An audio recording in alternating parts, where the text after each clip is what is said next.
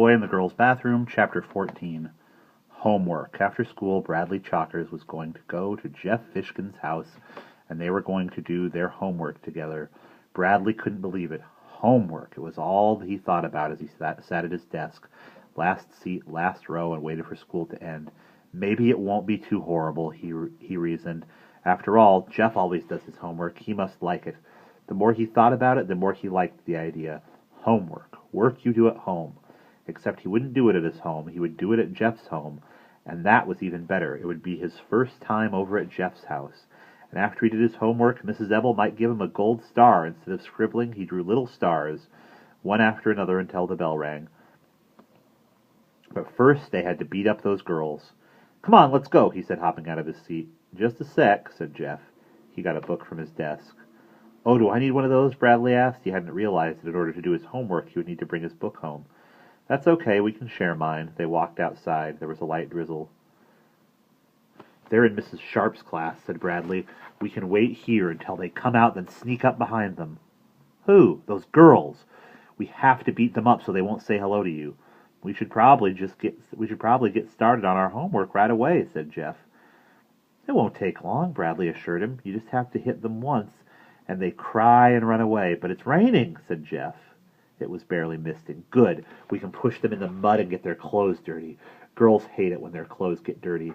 They stood about 10 yards away from Mrs. Sharp's door and waited. Several kids came out, but they didn't see Colleen, Laurie, or Melinda. "Maybe they've already gone home," Jeff said hopefully. "No, girls always take a long time to leave class," Bradley explained. "First, they have to put their papers neatly in their notebooks. Then they have to mark their places in their books and put their pencils in their pencil holders. Then they put everything away neatly in their desks." He said it as though it was the most disgusting thing anyone could do. "Shh, here they come." Melinda, followed by Colleen and Laurie, came out of Mrs. Sharp's room. Bradley put his finger to his lips. Then he and Jeff walked after them, keeping their distance. They followed the girls around the side of the building and along the sidewalk away from the school. "Let's just go home," said Jeff. "The homework might take a long time." "Girls kick," warned Bradley. "They don't know how to punch, so they try to kick you." He quickened his pace until he was just a few steps behind the girls. Jeff lagged behind a bit. Laurie was the first to turn around. "Ew! Bradley Chalkers," she said, making a face. "Laurie Loudmouth," snapped Bradley. "The ugliest girl in school." Melinda and Colleen stopped walking and turned around, too. "Grow up, Bradley," said Melinda. "Make me," he replied. "Hello, Jeff," Colleen said very quietly. "Hello," said Jeff. "Quit saying hello to him," said Bradley. "It's a free country," said Laurie. "We can say hello." "Not to us," said Bradley. "We didn't say hello to you," said Laurie. "Just him. Hello, Jeff." "Hello," said Jeff. Laurie laughed.